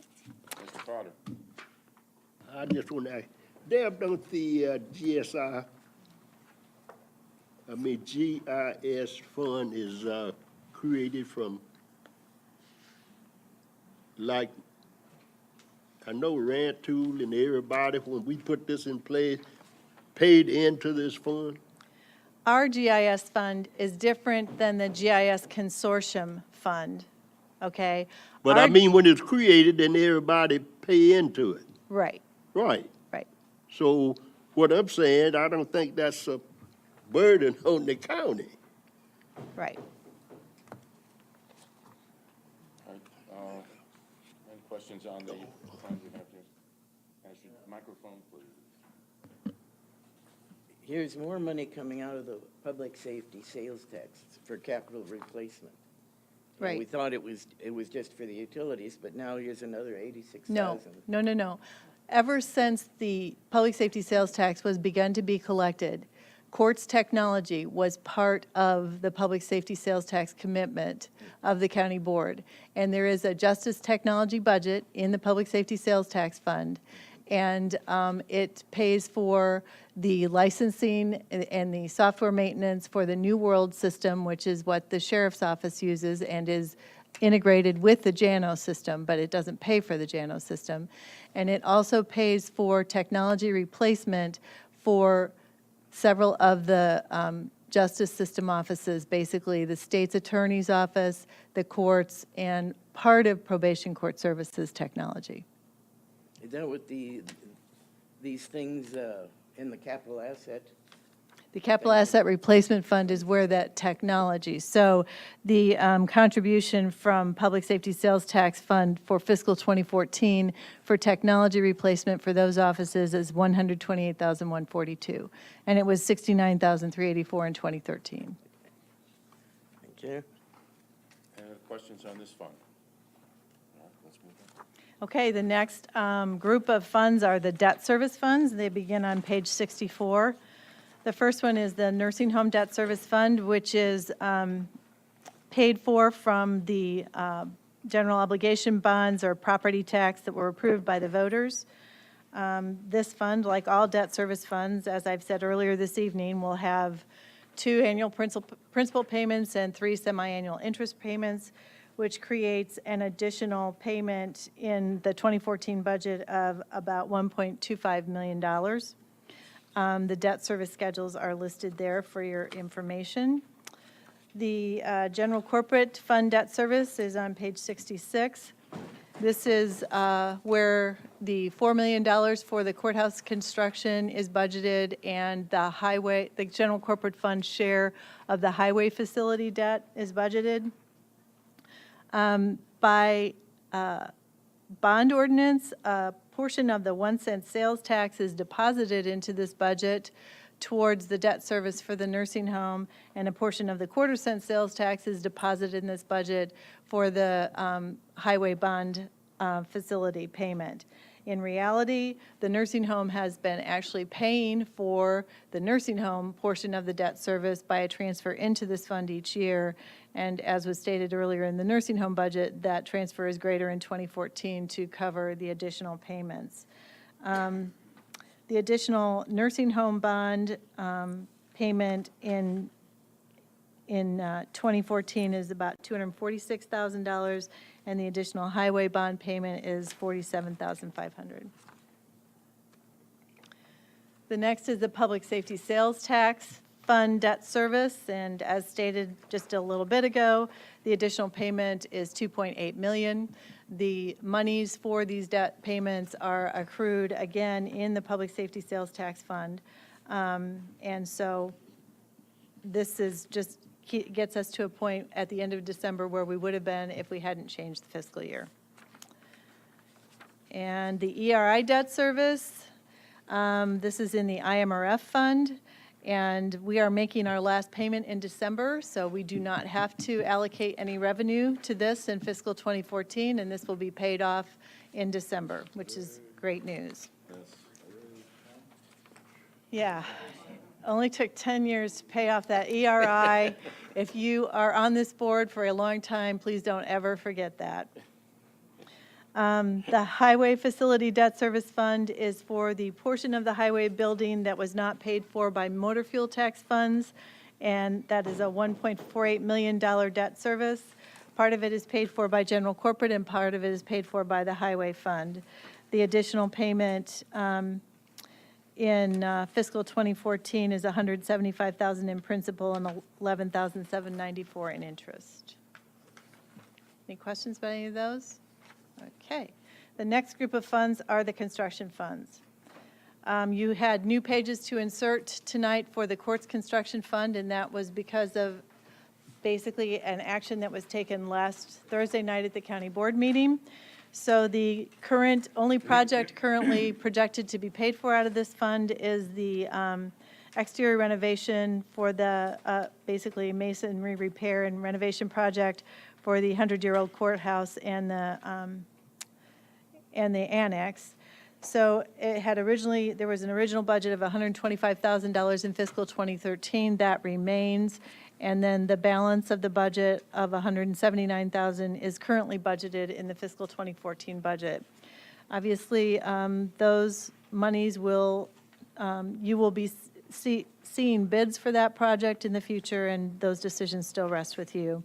The ending fund balance would then be, after the completion of this project for the courts construction fund, $524,772. Any questions about that? Okay, the highway facility construction fund, our goal is to close it out next year. There is $155,500 left in that fund, which should be transferred back to the motor fuel tax fund because that's where the money came from originally for this construction fund. The 202 Art Bartel Construction Fund, I would like to also see closed out next year. There's currently a balance of $37,946. That is money that the county board can make a decision about what to do with. It could be transferred back to general corporate. It could be transferred to the capital asset replacement fund. But at this point, there is no reason to keep this construction fund going. So I'm hopeful that the board will make a decision about those funds and that we can dispense of them and close this fund out in fiscal 2014. Any questions? Chris? Microphone, please. Can you repeat what you just said? About the Art Bartel Construction Fund, there's $37,946 left in that construction fund. There is an issue with the easement for Illinois American Water. We don't think there's going to be much additional cost. We should leave it there. And I didn't say that. I'm sorry. I'm now adding to what I said. But that's why we're leaving it until 2014 to make sure that that gets taken care of without any additional cost. And if it does, then whatever is left in this fund can be used at the discretion of the board. I'm just having a little trouble with the numbers. I mean, I show on 54413, I show $337,946 of expenditure. Yeah, I just put it there till you figure out where you want to spend it, how you want to spend it. I see. So, okay, so you're proposing that it be spent in 2014? And Yes. as of the end of 2014, it'd be Right, zero. so that we Okay. can close out the fund. Okay, I'm sorry. I thought we were going to leave it in the fund balance and then No, decide no, what to do with no. it. That makes The sense. fund Okay. balance would go to zero at the Okay. end of 14. Thank you. Gary? Perhaps, Deb, you might want to answer this question to me later, and if so, we'll just talk about it later.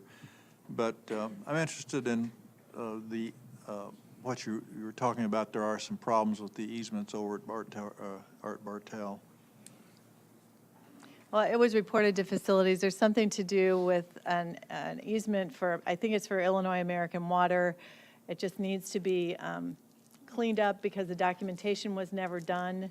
And I'm just not sure that in the process of doing that, there might not be some expenses to the city of Urbana or something like that, so. Mhm. All right, the next fund is the IMRF fund. The IMRF rates for regular IMRF and SLEP are seeing modest decreases in fiscal 2014 over fiscal 2013, which is good news. And the elected county official rate is seeing a substantial rate increase in fiscal 2014, going from 73.9% of payroll to 157.63%. The reason for this increase is the fact that we only have 2 elected officials left against which this rate is calculated to go into the county's obligation for the elected county officials' pension. We had 2 officials retire at the end of 2012, so it takes a year to catch up. So in 2014, our rate goes up. The budget is presented with a $415,828 of expenditure in excess of revenue, and that is because of that last ERI debt payment that we just talked about, where the revenue had previously been accrued for that last payment. So the actual fund balance will drop by that amount in fiscal 2014. The good news is that the current property tax projected at $3.2 million to cover general corporate fund employees did not require the full levy rate increase to cover the obligation for the general corporate fund employees. And the balance of the IMRF reimbursement comes from the other funds for the employees of the other funds. So the total budget is presented as nearly balanced with the exception of that $418,000 debt payment. There are 2 department budgets within IMRF, one for the nursing home and one for all other employees within the county. Are there any questions about that? Can you explain to me about this 74% and 157% rates on retirement? Mm-hmm. That's the elected county officials pension plan, which the county board adopted back in 1996 and rescinded, I think, in about 2002 or 2003. But we had several elected officials who were enrolled in that plan. And what is this plan? It's a richer pension plan. Basically, the elected officials, I think, are eligible for 80%, which is richer than the 75%, after only 20 years of service instead of after 40 years of service. So it's more expensive. Well, nobody gets it anymore.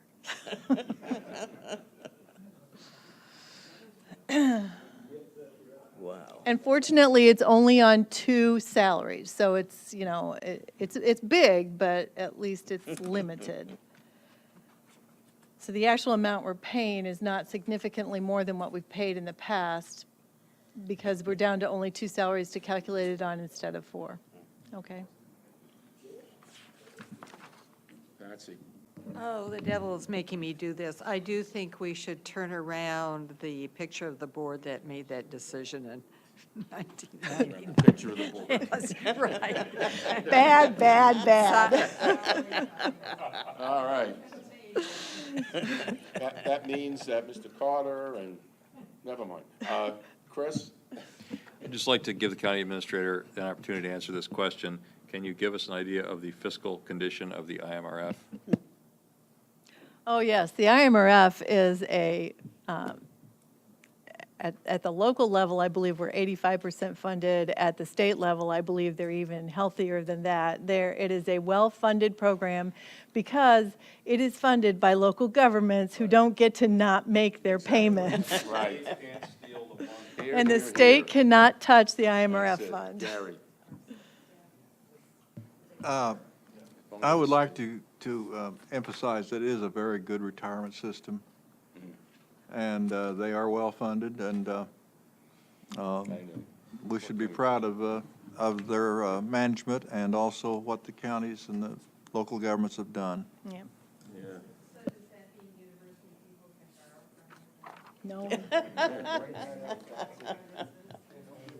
If only everything was local, we'd all be in good shape, probably. The other thing I would point out about both IMRF and Social Security as well is that we were able to cover the 13-month expenditure budget for these two funds with the property tax within the levy authority that we have under PTEL. So that was good news, just for you to know. The next fund is a Social Security fund. It did require more growth than what the 2.76% PTEL calculation allowed. So what I did was, IMRF didn't need the full growth. IMRF had enough additional levy authority that it was loaned to Social Security, or basically given to Social Security. In the levy rate chart that I provided you last night, you'll note that the increase for those two funds is not the same as for every other fund where the straight PTEL calculation was applied. And by doing that, we have an adequate funding for the 13-month budget for Social Security, for the general corporate fund employees, which are paid for from the property tax. And then again, the balance of the Social Security payments comes from the other funds for their employees.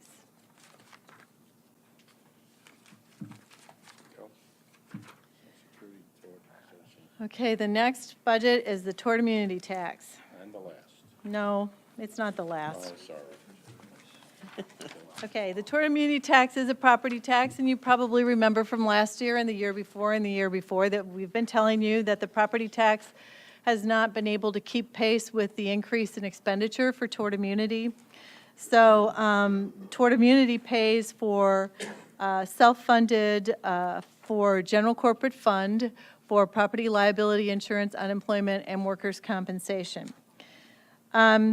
As we look at the 2013 and 2014 budgets, however, the fund deficit is becoming less, and I'm going to explain that to you in a minute. Basically, in 2012, there was a shortfall of revenue to expenditure of $408,957, and by 2014, that is cut by half to $204,328. Hopefully, if this trend continues, eventually we'll catch up to the point where the property tax is equal to the required contribution to the self-funded insurance fund for the general corporate share of self-funded costs. On page 88, you'll see where tort immunity annual revenue deficit for each year since 2007. And at the same time, I'm showing you the self-funded insurance annual revenue increase. And if you look particularly at fiscal 2012, the tort immunity deficit is just over $400,000. And the self-funded insurance revenue increase is almost $1 million, which when I began working on these budgets really jumped out. Like, that's really pretty incredible. Why is that happening? We looked at, we have always paid workers' compensation based on workers' compensation rates provided by ICRMT, who is our self-funded insurer, and just applied the rates, and that's what we paid, and that's what we determined all the other funds had to pay as well. For fiscal 2014, when we prepared the budget, that budget created for workers' compensation revenue, which comes from tort immunity and all the other counties' funds, revenue of $1.7 million, and our expenditure budget was $900,000. So we talked to ICRMT. Do we have to use your workers' compensation rate structure? And they said, no, you don't. So we have amended the workers' compensation rate structure by taking all the rates that are over $3 per $100 of payroll and basically cutting them back so that we are able to prepare a self-funded workers' compensation budget for fiscal 2014, which covers our known insurance premium and covers our actuarial costs for settlements plus 10%, which seems to be fair. So that is how we're diminishing or cutting back the requirement on tort immunity. But the good news is it's also going to have a positive impact on the highway fund, on the nursing home fund, on numerous of the other funds where the workers' compensation rates tend to be very high. So that is what we're doing for fiscal 2014. We will monitor it, but since we are self-insured for these liabilities, we do have the flexibility to be able to be creative about how we manage it. We have to make sure we use our actuarial cost estimates, and again, we were using that plus 10%. For the last 2 years, we have spent much less than the actuarial cost, especially for workers' compensation, so we feel like that is a safe adjustment to the budget.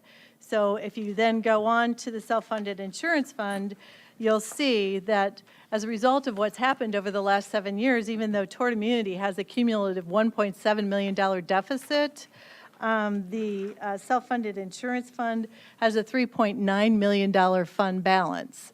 When you combine them, that's still a very healthy fund balance for the self-funded insurance fund. Our fund balance goal has been stated at between $1 and $1.5 million, and clearly we're above that. We're at about a $2.5 million fund balance with where we sit today. So I just wanted you all to be aware that that's a change that we are making. The other thing we're considering doing is for fiscal 2013, we will have more than enough, we will have collected probably $200,000 more than what our expenditures will be for workers' compensation by the end of September. So we are considering suspending requiring payments from all the funds into workers' compensation for October and November because the budget will be adequate. And that's why it looks like the deficit for tort immunity is also less in 2013 because I'm anticipating we're not going to pay the full amount that was originally budgeted for workers' compensation in 2013. Chris? Sorry, two questions. You're talking about that workers' comp holiday essentially at the end of fiscal 2013, right? Yes. In a couple months. And then adjusted rates beginning Okay. on December 1st, 2014. Are the adjustments to workman's comp premiums reflected in the other funds in the budget book? Not now, because we just figured this out Okay, last okay, that's week. what I was going to, so the highway, So for example, the highway line. The highway may budget's actually going go to down. look better, the nursing home Okay. budget is going to look Okay. better. So we will get those adjustments done in the next couple of weeks. Okay, but yeah. thank you. Any other questions? Okay, then, move on. So, Jeff, go ahead. Very quick question. Do you have a forecast of a roundabout sum we should be expecting on what is better? Is better a modest or is better a really nice chunk of change difference? Overall, I'm talking overall. Overall? Yeah. Overall, from all funds for 2013? For 2013? The 2014 budget that we have today does not have the newer rates, correct? So the newer. No, the 2014 budget you have anticipates the new rates. All right, thank you. That was my confusion. Oh, I'm sorry, I thought you were asking, the 2014 budget for self-funded insurance has the new rates. The 2014 budgets you have seen for the other funds does not. Is that what you're asking me? I'm sorry. Yes, I was asking for Okay. everything else. Overall, somewhere in the neighborhood of probably about $300,000 outside of general corporate. Okay? All right, and the last budget is health insurance, and quite frankly, at this point, this is just an estimate. We will get our final numbers on health insurance hopefully next Tuesday. However, I do believe after our meeting this week that this estimate will hold, that we will be okay with what we've anticipated the health insurance costs would be for fiscal 2014. Any questions on your funds? Okay, before we close, Patsy, I'm sorry. It isn't a question, it's just an interesting model that facilities set up with the capital asset replacement fund for facilities replacement. And wondered if, when we have our conversation, either before or after the ILPP report, if maybe a parallel structure couldn't be set up in the budget for social programs or community justice, or however you'd like to title it, but that we start setting forward and making a commitment to step forward X amount of monies into a line like facilities did for facilities replacement. Thank you. James? Yeah, after going through this for the last couple of days, it's no wonder to me that Deb and her staff receive awards for the preparation for the budget every year. The information here is comprehensive. I am always mystified at the detail that Deb can speak to this off the cuff on any one of these reams of pages. So Deb, kudos to you and your staff. It's fabulous. Yes, please, let's give her. You took the words out of my mouth. James was thinking exactly what I was thinking. You know, my office is right next to Deb, and the hours that she puts in is just extraordinary. I want to congratulate not only Deb, but all the department heads.